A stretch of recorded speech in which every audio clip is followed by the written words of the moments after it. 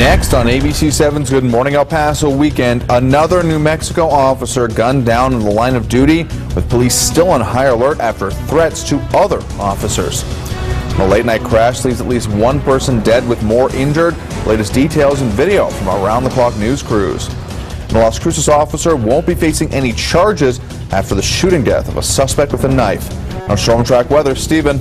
Temperatures are going to be heating up into the 90s here in the borderland. I'll have those details coming up. This is all the news you need to start your Saturday, September 3rd. ABC7's Good Morning El Paso weekend starts right now. Live, where news comes first.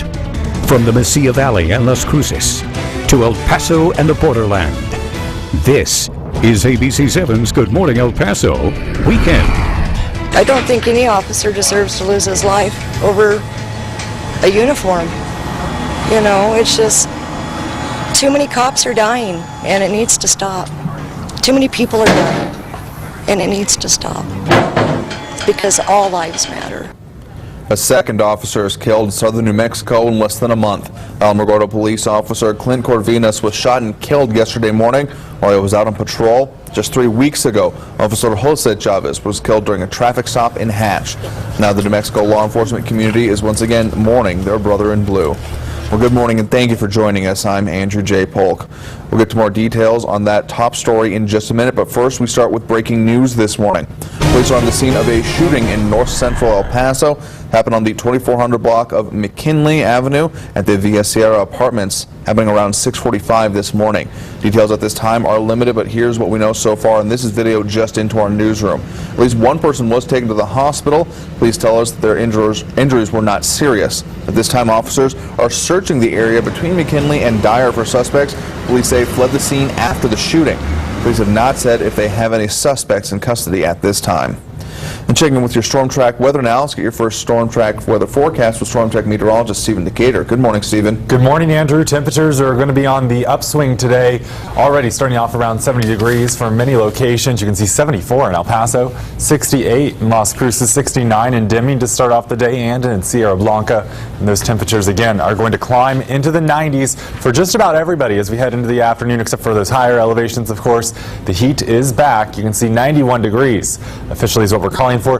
Rain chances increasing to 10% and then 20% by the end of the day. So those rain chances are going to be going back up this afternoon in the borderland, but still much lower than what we have been seeing recently. And those rain chances continue to remain in the forecast, but that drying trend is also continuing, so they become less and less likely as we head through the holiday weekend. Plus, temperatures are going to heat up even more than what we're going to see today, and I'll have those details coming up, Andrew. All right, thanks, Stephen. Check back in just a bit. In the meantime, though, the community of Alamogordo is mourning the loss of police officer Clint Corvinas. Corvinas was killed just before 9 yesterday morning on the 600 block of South Florida. Officer Corvinas was 33 years old. He was a 4.5-year veteran of the Alamogordo Police Department. He leaves behind an 8-year-old daughter and a girlfriend. The suspect is identified as 38-year-old Joseph Moreno. ABC7's Evan Fullen continues our complete coverage on why the police department remains on high alert following a direct threat on law enforcement. A direct threat that was made to law enforcement by known associates of the suspect. That threat left law enforcement on high alert. Helicopters, high-powered rifles, armored trucks, tactical teams, and dozens of law enforcement. It's shocking, it's scary. It's very scary because you just don't know what's going to happen, when it's going to happen, and are you going to be in the wrong place at the wrong time? Tape blocked off the streets as investigators combed the scene. Before that tape went up, 2 uniformed officers were patrolling the area when they came across Joseph Moreno, a wanted man with 3 active warrants. The officers made contact, and that's when Moreno ran. At some point during the foot pursuit, shots were fired. The body of the suspect underneath that white sheet. You hear stuff like this in Albuquerque and El Paso and in big cities, but not Alamogordo. 33-year-old officer Clint Corvinas was also shot during the foot pursuit. He was rushed to the hospital where he later died. He leaves behind an 8-year-old daughter and girlfriend. The officer, I'm sure, will be missed by everybody in this community, and it's important that we take care of our community, and I'm sorry for the family. That was Evan Folan reporting. Officer Corvinas attended high school in Alamogordo at Academy del Sol and worked for the police department for almost 5 years. This is a story we will be following as the investigation continues. Be sure to update you with the very latest on air and online at KVIA.com, as well as on our social media presences. And the U.S. honor flag will be making its way to Alamogordo this weekend. The flag is meant to honor law enforcement killed in the line of duty. This is a video from last month as the U.S. honor flag arrived in New Mexico in honor of fallen Hatch police officer Jose Chavez. Since the 9/11 attacks, the flag has traveled more than 7 million miles in honor of more than 1,000 fallen servicemen and women. Remember, the Honor Network helped coordinate the entire funeral service for the Chavez family at no cost. This is the third time in less than a year the flag is coming to New Mexico. The custom transport vehicle known as Honor 1 is expected to leave Fort Worth, Texas sometime this weekend and head for Alamogordo. And Governor Susana Martinez sent us a statement in response to all of this, saying, quote, "I'm again very saddened to see that yet another courageous law enforcement officer has been killed in the line of duty. I ask all New Mexicans to keep this brave officer's family and friends in their thoughts and prayers." She goes on to say, quote, "The violence against our police officers has to end. We must do everything we can to stand up for those who put their lives in line every single day to protect us." And news of Officer Corvinas' death comes as the department is under brand new leadership. Police Chief Darren Seiling, who used to be the Otero County Undersheriff, took over as chief just 3 months ago. Seiling is a graduate of Alamogordo High School and started working for the Las Cruces Police Department in 1993. He then worked up the ranks in Taos, becoming the police chief there. Seiling moved back to Alamogordo in 2009. And the Doña Ana District Attorney says he will not be taking any action in the deadly officer-involved shooting in Las Cruces. Mark D'Antonio says the officer's action in the shooting was justified and the officer acted appropriately. The shooting happened August 21st on Loman Avenue. Police say 36-year-old Juan Gabriel Torres, holding a large knife, refused to drop the weapon and lunged at officers, and that's when they shot him. Before officers opened fire, Torres was allegedly involved in a robbery and theft of a pickup. Officers say Torres carjacked an 86-year-old man, violently pulling the keys from his hand. You saw the victim's hand right there. Torres ditched the truck, and that's when officers found him. ABC7 obtained a lapel pin video from the officer. When officers arrived, they saw Torres walking, armed with a large knife in one hand and drinking beer in the other.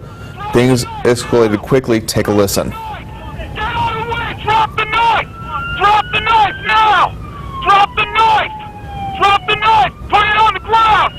Drop the knife! Drop the knife! Get down on the ground! The video released ends there. You can hear the officer yelling at Torres to drop the knife 7 times. At one point, an officer asked if anyone has a taser.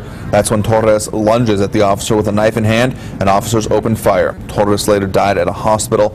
The officers were placed on administrative leave after the shooting, but have since returned to work. And ABC7 has new information on last night's crash in West El Paso. Police say 1 person is dead and another 2 are injured. The crash happened on Rustler and Nardo Goodman. That's next to Colberg Elementary School. We brought you the story as breaking news last night on our 10 o'clock newscast. This is new video this morning as police were on the scene. Police closed off Rustler for several hours. The video shows there were at least 2 cars involved in the crash. Police have not said if a third vehicle, the one there on the left, a commercial truck, was involved in the crash or not. ABC7 is still working to find out more information. We will, of course, let you know as soon as we learn more on air and online. The El Paso Fire Department is investigating the cause of yesterday's fire near Socorro. This happened around 5 yesterday afternoon on the 800 block of Wynn Road at a business full of trailers. Fire officials say the fire caused over $100,000 worth of damage. 47 firefighters were called in to assist. We saw State Rep Mary Gonzalez on the scene. Seen here, our crews learned that the business belongs to her parents. The fire department tells us that there are no structures on the site, but 4 out of the 6 trailers were damaged. We're told that the fire started in the back of one of those trailers. There is still no word there on the cause. And police continue to investigate what led to human remains being found in south central El Paso. Police were called out around 5 yesterday evening on the 1700 block of Delta Drive.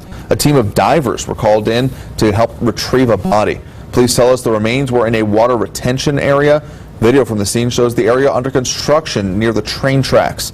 Around 7:15, the fire department tweeted that the body was recovered by divers. The fire department tells us a construction worker found the body.